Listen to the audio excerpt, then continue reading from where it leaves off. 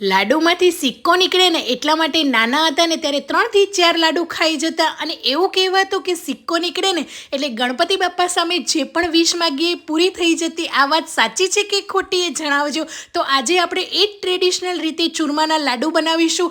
એટલા melt and mouth અને એટલા સરસ રીતે બનશે। હું તમને પરફેક્ટ માપ આપીશ ને તો બાપ્પાને ભોગ બનાવવા માટે તમે પણ ઘરે બનાવી શકશો। તો ટ્રેડિશનલ રીતે ચૂરમાના લાડુ બનાવવા માટે અહીંયા મેં રોટલી કરતાં જાડો એટલે કે જે આપણે લાપસી કરીએ છીએ ને એવો ઘઉંનો કરકરો લોટ લેવાનો છે। એનાથી જ એકદમ દાણેદાર અને પોચા લાડુ બનીને તૈયાર થઈ જશે। તો મેં અહીંયા 3 કપ જેટલો લોટ લીધો છે। 1/4 કપ જેટલો ચણાનો ચાળીને લોટ લેવાનો છે। તમે બેસન જે માર્કેટમાં મળે છે એ પણ લઈ શકો છો અને 2 ટેબલસ્પૂન જેટલો રવો એડ કરીશું। રવો અહીંયા આપણે જે જાડો દાણેદાર સોજી આવે છે ને એ જ લેવાનો છે અને 1/4 કપ આપણે ઘી એડ કરીશું। ઘીની જગ્યાએ તેલ પણ એડ કરતા હોય છે। તમે તમારી રીતે જે પણ એડ કરવું હોય ઘી કે તેલ એડ કરી શકો છો। હું બાપ્પાને ભોગ ધરાવવા માટે બનાવી રહી છું એટલે હું ઘી જ એડ કરું છું। ઘરે તમે ખાવા માટે બનાવતા હોય તો તેલ પણ એડ કરી શકો છો। હવે ઘીનું મોણ છે ને આ રીતે એકદમ બાઇન્ડિંગ આવે, મુઠ્ઠી પડતું હોવું જોઈએ કે તમે બાઇન્ડિંગ કરીને મુઠ્ઠી વાળો ને તો મુઠ્ઠી ખુલવી ના જોઈએ। આ રીતનું ઘીનું મોણ હોવું જોઈએ। ઘી કે તેલ જે પણ એડ કરો છો એનું મોણ થોડું આપણે એમાં વધારે લેવાનું છે। હવે એકદમ ધુવાડા નીકળતું ગરમ પાણીથી આને લોટ બાંધવાનો છે તો જ લાડુ આપણે એકદમ પરફેક્ટ બનશે અને અંદરથી પણ સોફ્ટ થશે। તો આ રીતે શરૂઆતમાં પાણી ગરમ છે એટલે ચમચીની મદદથી મિક્સ કરતા જઈશું અને એ વાતનું ખાસ ધ્યાન રાખીશું લોટ ઢીલો ના થાય। આ રીતનો કઠણ રાખવાનો છે એટલે થોડું થોડું પાણી એડ કરીને મિક્સ કરીને 2 થી 3 મિનિટ રેસ્ટ આપીશું અને પછી થોડું ઠંડુ થાય ને એટલે આ રીતે હાથની મદદથી કઠણ લોટ બાંધી દઈશું। આપણે જે ભાખરીનો લોટ બાંધીએ છીએ ને એનાથી પણ થોડો કઠણ બાંધવાનો છે તો જ મુઠિયા આના એકદમ સરસ બનશે। હવે આ લોટને જરાય આપણે રેસ્ટ નથી આપવાનો, બસ આ રીતે નાના નાના બોલ્સ કરીને હાથની મદદથી મુઠિયાનો શેપ આપી દઈશું। તો મુઠિયાને પણ વધારે મસળવાના નથી કેમ કે જો મુઠિયામાં આ રીતે ક્રેક્સ હશે ને તો અંદર સુધી તેલ કે ઘીમાં જેમાં તમે તળશો ને એ એકદમ સરસ રીતે મુઠિયા કૂક થઈ જશે। તો મેં અહીંયા બધા જ મુઠિયાને તૈયાર કરી દીધા છે। હવે ગેસની ફ્લેમ શરૂઆતમાં આપણે લો રાખીશું અને જેટલા પેનમાં સમાય ને એટલા મુઠિયાને આપણે એડ કરી દઈશું। હું મુઠિયાને તેલમાં તળી રહી છું, તમે ઘીમાં પણ તળી શકો છો। તો આ રીતે મુઠિયાને એડ કરીશું। નાના નાના બબલ્સ આવશે એ પછી મુઠિયા એની જાતે જ ઉપર આવી જશે એટલે ગેસની ફ્લેમ થોડી હાઈ કરવાની છે અને બંને સાઈડ એકદમ સરસ એવો ગોલ્ડન કલર આવે ને ત્યાં સુધી તળવાના છે। મુઠિયાને હાઈ ગેસની ફ્લેમ પર નથી તળવાના નહીંતર બહારથી એકદમ લાલ થઈ જશે, અંદરથી કાચા રહેશે।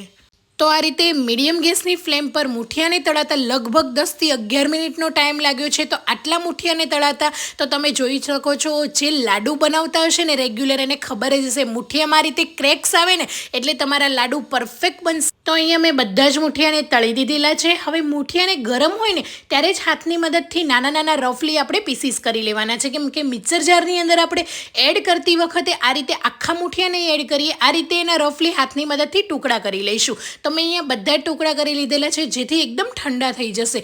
હવે જ્યારે તમે એનો પાવડર કરો છો ને મિક્સર જારમાં ત્યારે એકદમ મુઠિયાને ઠંડા કરવાના છે, એ પછી જ એને પીસવાનું છે। આ વાતનું પણ ખાસ ધ્યાન રાખીશું તો જ એનો પાવડર એકદમ દાણેદાર અને સરસ બનીને તૈયાર થઈ જશે। તો મુઠિયાને મેં આ રીતે રૂમ ટેમ્પરેચર પર આવવા દીધા છે। લગભગ 15 થી 20 મિનિટમાં મુઠિયા સરસ રીતે ઠંડા થઈ ગયા છે। પંખા નીચે રાખીને તો પણ તમે એને ઠંડા કરી શકો છો અને મિક્સર જારની અંદર આપણે એનો ફાઇન પાવડર કરી લઈશું। તો તમે જોઈ શકો છો ચાળ્યા વગર પણ એનો દાણેદાર અને એક સરખો પાવડર તૈયાર છે। પાવડર સરસ થઈ ગયો છે એટલે આપણે એને ચાળવાની જરાય જરૂર નથી। તો મેં એ જ રીતે આ રીતે 2 થી 3 બેચમાં દળીને બધા જ મુઠિયાનો પાવડર તૈયાર કરી દીધેલો છે। તમે જોઈ શકો છો કોઈ મોટો કટકો કોઈ નાનો કટકો નથી, એકદમ મિક્સર જારમાં ફાઇન પાવડર સરસ રીતે તૈયાર થઈ ગયો છે અને વળી દાણેદાર પાવડર થયો છે। એકદમ લોટ જેવો લીસો નથી કરવાનો, આ રીતનો જ કરવાનો છે। હવે આપણે એક પેનની અંદર અડધી ચમચી ઘીની અંદર કાજુ અને બદામના ટુકડાને આ રીતે સારી રીતે રોસ્ટ કરી લઈશું। તમે કાચા પણ એડ કરી શકો છો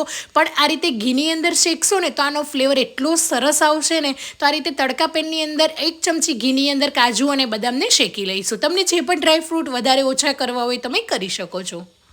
થોડી એવી સૂકી દ્રાક્ષ એડ કરીશું અને થોડો એવો જાયફળનો પાવડર એડ કરીશું, વધારે નથી કરવાનો, બસ ફ્લેવર આવે ને એટલા માટે। અને અડધી ચમચી જેટલું આપણે ઇલાયચી પાવડર એડ કરીશું અને મિશ્રણને 2 થી 3 મિનિટ સાઈડમાં રહેવા દઈશું। હવે પેનની અંદર આપણે 1/4 કપ જેટલું ઘી લઈશું અને 1 કપ ગોળ લઈશું। ગોળ તમે 1/4 કપ પણ લઈ શકો છો, મેં 1 કપ લીધો છે। આનાથી વધારે પડતા આપણા લાડુ જે છે ને એ એકદમ ગળ્યા નહીં થાય પણ સ્વીટ આપણું બેલેન્સ રહેશે। તો 1 કપ ગોળ આટલા લોટ માટે ઇનફ છે એટલે આ માપથી બનાવશો ને તો પણ પણ પરફેક્ટ બનશે. હવે લો ગેસની ફ્લેમ પર પહેલાં આપણે ગોળને સરસ રીતે મેલ્ટ કરવાનો છે. આ લાડુ બનાવતી વખતે કોઈ પાક નથી લેવાનો, કોઈ પાયો નથી લેવાનો. તમે ગોળ જોઈ શકો છો એકદમ સરસ રીતે આ રીતે પતલી સ્લરીમાં થઈ ગયો છે. કોઈ કણી, કોઈ ગાંઠા નથી. એટલે બસ તરત જ ગેસની ફ્લેમ બંધ કરી દેવાની છે અને મિશ્રણ જે હતું ને એની ઉપર આ ઘી અને ગોળવાળો આપણો એડ કરી દેવાનું છે અને સારી રીતે મિક્સ કરી લઈશું. શરૂઆતમાં ગરમ છે એટલે આપણે આ રીતે ચમચીની મદદથી મિક્સ કરી લઈશું અને ઠંડુ થઈ જાય ને એટલે હાથની મદદથી મસળીને સરસ રીતે મિક્સ કરી લઈશું. અને તમને એવું લાગે ને કે લાડુ નથી વળતા તો તમે થોડું એવું 1 થી 2 ચમચી ઘી એડ કરી દેજો. કે તમને એવું લાગે મિશ્રણ થોડું કોરું છે તો આની અંદર તમે ઘી અને ગોળ પાછળથી પણ એડ કરી શકો છો, એકલું ઘી પણ એડ કરી શકો છો. જો તમારા લાડુ ના બને ને તો પણ આ માપ સાથે બનાવશો ને તો પરફેક્ટ બનશે. મેં કીધું એ રીતે કપ કે વાટકી ઘરમાં રહેલી માપ સેટ કરી લેવાનું અને લાડુ બનાવવા માટે વચ્ચે આ રીતે સિક્કો મૂકીને અમુક લાડુમાં સિક્કા મૂકવાના છે અને અમુકમાં નથી મૂકવાના. બસ આ રીતે ચૂરમાના લાડુ બનાવી દેવાના છે. તો ટ્રેડિશનલ રીતે બનતા ચૂરમાના લાડુ તૈયાર છે. અને તમે મને કમેન્ટ બોક્સમાં જણાવજો તમારા ઘરે આ રીતે સિક્કા મૂકીને લાડુ બને છે કે નહીં અને એની શું માન્યતા છે એ મને જરૂરથી કમેન્ટ કરજો. ઉપરથી થોડા એવા ખસખસના બી એડ કરી દઈશું અને ફરીથી આ રીતે રાઉન્ડ કરી લઈશું. તો તમે જોઈ શકો છો કેટલા સરસ દેખાવમાં લાગી રહ્યા છે. એકદમ આપણા દાદી નાની બનાવતા ને એવા જ બનીને તૈયાર થઈ ગયા છે. જો આ રીતે ક્યારેય ના બનાવ્યા હોય ને તો એકવાર બનાવીને બાપ્પાને ભોગ ચડાવજો. બાપ્પા ખુશ થઈ જશે. અને ગણપતિ બાપ્પાને તો ફેવરેટ છે ચૂરમાના લાડુ, એટલે એક વખત જરૂરથી તમે પણ ટ્રાય કરજો અને મને કમેન્ટ બોક્સમાં જણાવજો કે આજની મારી રેસીપી તમને કેવી લાગી. તો આ રીતે આપણે ચૂરમાના લાડુ ઘરે પણ પરફેક્ટ રીતથી બનાવી શકીએ છીએ. જે આપણે બહાર રસોઈ મહારાજ બનાવતા હોય ને એવા જ બનશે, એકદમ melt and mouth. Thank you for watching. મળીએ એક નવા વિડીયો સાથે. આવજો.